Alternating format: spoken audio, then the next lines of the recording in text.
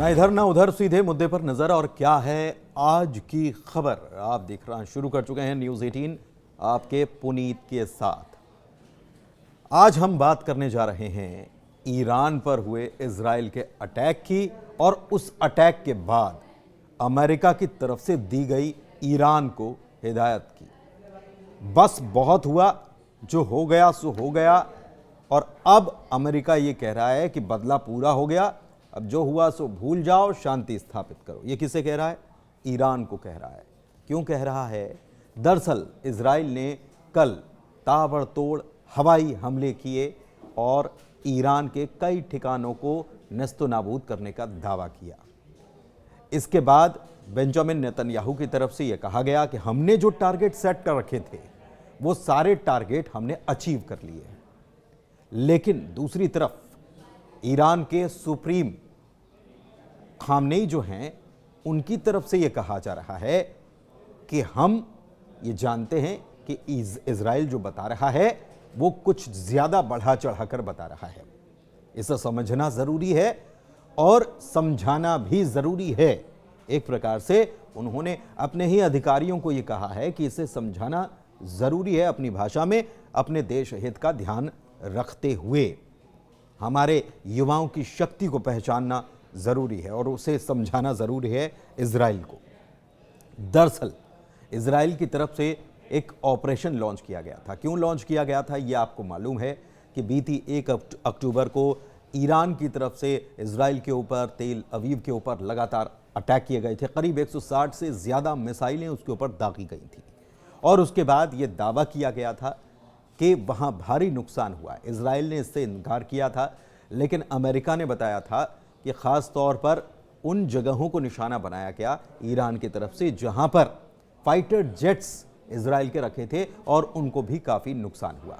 इसके बाद इजराइल की तरफ से, बेंजामिन नेतन्याहू की तरफ से यह कहा गया था कि हम इसका बदला लेंगे, जगह भी हमारी होगी, समय भी हमारा होगा और क्या टारगेट करना है ये भी हम तय करेंगे।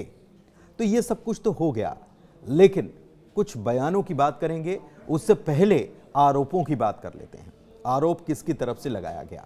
ईरान की तरफ से यह आरोप लगाया गया कि जो हमला हुआ और 100 फाइटर जेट्स से इजराइल ने जो अटैक किया, F-15, F-16 से अटैक किया, वो उन फाइटर जेट्स ने इराक के हवाई क्षेत्र का सहारा लिया या उसका इस्तेमाल किया, यानी कि उसके एयर स्पेस का इस्तेमाल किया। ये ईरान की तरफ से आरोप लगाया गया और यह भी आरोप लगाया गया कि इस क्षेत्र में अमेरिकी सेना तैनात है। अमेरिका जो है उसका एक प्रकार से अमेरिकी सेना जो है वहां पर उसका वर्चस्व है और यहां तैनाती है। लेकिन अमेरिका की तरफ से कहा गया कि हमको तो ये कुछ मालूम नहीं था। हाँ, हमको ये मालूम था कि हमला होगा, हमला किया जाएगा, इस बात की जानकारी हमको थी, लेकिन हम इसमें किसी भी रूप से शामिल नहीं थे, ये अमेरिका की तरफ से कहा गया। लेकिन हैरानी की बात यह है कि इस मामले में इजराइल की तरफ से कोई सफाई, कोई बयान नहीं आया कि उसने इराक के एयर स्पेस का इस्तेमाल किया या नहीं किया। इराक की तरफ से भी आधिकारिक रूप से तो कुछ बातें सामने नहीं आई इस मामले को लेकर, लेकिन इराक के एक नेता ने जरूर कहा कि अगर ऐसा है तो इस पूरे मामले की जांच होनी चाहिए। ये बातें सामने आई। अब बयानों की बात कर लेते हैं।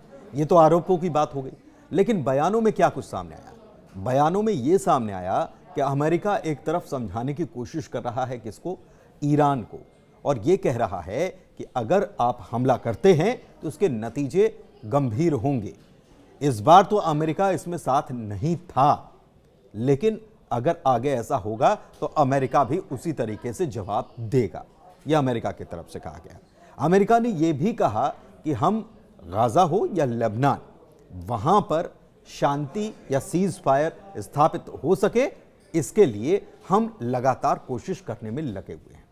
दूसरी तरफ यही बात जो है ईरान की तरफ से भी सामने आई, यानी कि रिटेलिएट करना या जवाब देना, उससे ज्यादा अहम ईरान किस बात को बता रहा है? ईरान बता रहा है कि इससे ज्यादा अहम यह है कि गाजा में शांति होना चाहिए, लेबनान में शांति होना चाहिए, वहां पर सीज फायर होना चाहिए। लेकिन अमेरिका कह रहा है कि लेबनान और गाजा में सीज फायर तो होना चाहिए, लेकिन जो इजरायली बंधक बनाए गए हैं उनको भी छोड़ा जाना चाहिए।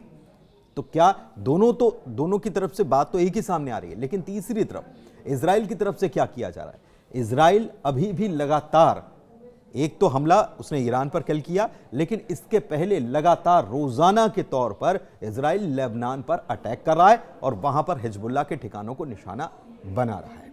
सबसे बड़ी बात यह है कि हिजबुल्लाह के लड़ाके अब भी वहां पर मौजूद हैं। हालांकि यह भी बात है कि हिजबुल्लाह के टॉप कमांडर्स जो हैं उनको ढेर कर दिया गया है। नसरल्लाह की मौत के बाद ही ईरान ने इजराइल के ऊपर हमला बोला था। 1 अक्टूबर का यह दिन था। इसके पहले अप्रैल में भी ईरान की तरफ से इजराइल पर अटैक किया गया था। लेकिन अगर हिजबुल्लाह के कमांडर्स की बात की जाए तो उनकी मौत के बावजूद भी हिजबुल्लाह के लड़ाके वहां पर न केवल तैनात हैं, बल्कि उनके पास बड़ी संख्या में मिसाइलें भी मौजूद हैं और इन्हीं मिसाइलों से वो लगातार इजराइल के ऊपर अटैक कर रहा है। इसमें कुछ कत्यूशा रॉकेट्स भी मौजूद हैं और भी कई रॉकेट्स हिजबुल्लाह के पास अभी भी मौजूद हैं, जो कि काफी दूर तक वार करने की ताकत रखते हैं। और तो और अगर आगे स्थितियां बिगड़ती हैं और अगर इजराइल कहीं भी सीज फायर के लिए राजी नहीं होता और वो कहता है कि हम लगातार अटैक करेंगे, क्योंकि सीरिया पर भी अटैक किए। खास तौर पर बात यह भी है कि इजराइल का यह कहना है कि सीरिया से पूरी मदद जो है हिजबुल्लाह को लेबनान में पहुंचाई जाती है और इसीलिए सीरिया पर भी खास तौर पर सप्लाई लाइन को तोड़ने के लिए वहां पर अटैक किए गए इजराइल के द्वारा। लेकिन अब प्लानिंग यह बताई जा रही है कि हिजबुल्लाह और उसके साथ साथ, क्योंकि खामनेई ये कह चुके हैं कि हमारे लड़कों की ताकत, हमारे युवाओं की ताकत इजराइल को बताना जरूरी है, तो ऐसे में यह कहा जा रहा है कि एक तरफ हिजबुल्लाह, दूसरी तरफ ईरान एक साथ रॉकेटों की या मिसाइलों की बौछार इजराइल पर कर सकते हैं। और ऐसे में इजराइल का आयरन डोम जो है वो क्या काम कर पाएगा, यह एक बड़ा सवाल है। क्योंकि प्लानिंग तो यह है कि एक साथ मतलब कुछ मिनटों के भीतर हजारों रॉकेट्स जो हैं वो इजराइल के ऊपर दाग दिए जाएं। ऐसे में आयरन डोम क्या उसको बचा पाएगा? क्योंकि कुल मिलाकर आयरन डोम का काम यह होता है कि एक मिसाइल उधर से छूटी, आयरन डोम ने उसको ट्रैक किया और एक दूसरी मिसाइल यहां से छोड़ी और उसको हवा में ही मार गिराया। लेकिन जब इतनी बड़ी संख्या में मिसाइलें छोड़ी जाएंगी तो क्या यह आयरन डोम काम कर पाएंगे? सबसे बड़ी बात यह है कि जो हमला इजराइल की तरफ से ईरान के ऊपर किया गया था, उस हमले में सबसे पहले टारगेट क्या किया गया? सीरिया में मौजूद रेडार जहां पर लगे हुए हैं वहां पर, इसके अलावा इराक के रेडार सिस्टम को टारगेट किया गया ताकि वो लड़ाकू विमान, क्योंकि 100 के करीब लड़ाकू विमान जो हैं वो हवा में उतार दिए गए थे और उसके द्वारा यह हमला किया गया, हवाई हमला यह था। तो ऐसे में रडार सिस्टम को नष्ट कर देने से वो रडार जो है वो डेटा संग्रह नहीं कर पाएंगे और जानकारी नहीं मिल पाएगी, यानी कि जवाबी कार्रवाई नहीं हो पाएगी। उसके बाद उन जगहों को निशाना बनाया गया जहां पर रॉकेट्स तैयार होते हैं, मिसाइलें तैयार होती हैं, उन जगहों को निशाना बनाया गया ईरान में। तो ऐसे में इजराइल की तरफ से यह कोशिश है कि किसी भी तरीके से कमर तोड़ी जाए, क्योंकि ये वॉर जो चल रहा है, सबसे बड़ी बात यह है कि जो जंग चल रही है या रुक रुक कर एक दूसरे के ऊपर हमला जो बोला जा रहा है वो मिसाइलों से ही ज्यादा हो रहा है, हवा से ही ये सब कुछ खेल चल रहा है। तो इजराइल की तरफ से क्या तैयारियां, ये देखना होगा, क्योंकि इजराइल के प्रधानमंत्री बेंजामिन नेतन्याहू कह चुके हैं कि हम कई मोर्चे पर लड़ाई लड़ रहे हैं। हम वेस्ट बैंक में लड़ाई लड़ रहे हैं, हम गाजा में लड़ाई लड़ रहे हैं, हम हिजबुल्लाह से लड़ाई लड़ रहे हैं, हम ईरान की तरफ से ईरान से लड़ाई लड़ रहे हैं, हम इराक में मौजूद जो मिलिशिया हैं उनसे लड़ाई लड़ रहे हैं, हम हूथी से लड़ाई लड़ रहे हैं और हम सीरिया में जो मौजूद गुट हैं उनसे भी लड़ाई लड़ रहे हैं। तो 7 मोर्चे नेतन्याहू ने गिनाए हैं कि 7 मोर्चे पर हम लड़ाई लड़ रहे हैं।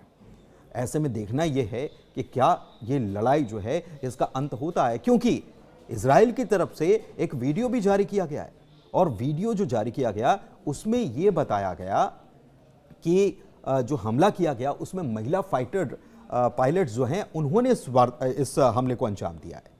और सबसे बड़ी बात यह है कि इस ऑपरेशन का नाम जो रखा गया वो नाम उसका जिक्र करना यहां पर बहुत जरूरी है। और इस ऑपरेशन का नाम रखा गया था नसीहत वाला ऑपरेशन, यानी कि इसमें यह बात सामने आई है कि डेज ऑफ रिपेंटेंस।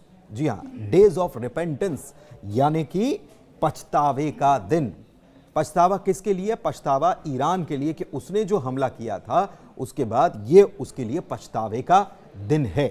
तो क्या आने वाले वक्त में जब अमेरिका ये कह रहा है कि बस बहुत हुआ, अब बदला पूरा हुआ, शांति करो, वरना फिर आपको इसके अंजाम भुगतने पड़ेंगे, हम नहीं चाहते कि ईरान में और हमले हों, तो ये एक प्रकार से चेतावनी भी है, एक प्रकार से समझाइश भी है। लेकिन अमेरिका की तरफ से यह भी कहा गया है कि अगर आगे ऐसा हुआ तो हम साथ आ जाएंगे इजराइल के, जबकि रशिया की तरफ से पहले ही कहा जा चुका है कि अगर अमेरिका साथ में आकर खड़ा होता है इजराइल के तो हम ईरान के साथ खड़े होंगे। और ऐसे में यह युद्ध और बड़ा हो सकता है और इसका विस्तार बड़ा हो सकता है, लेकिन कोई नहीं चाहता कि इसका विस्तार बड़ा हो, बल्कि सीज फायर की बात हो रही है। लेकिन इजराइल ने इस पर अभी कुछ भी नहीं बोला है। तो देखना होगा आने वाले दिनों में कि मिडिल ईस्ट में क्या शांति छाती है या फिर ईरान एक बार फिर से अपना बदला लेगा।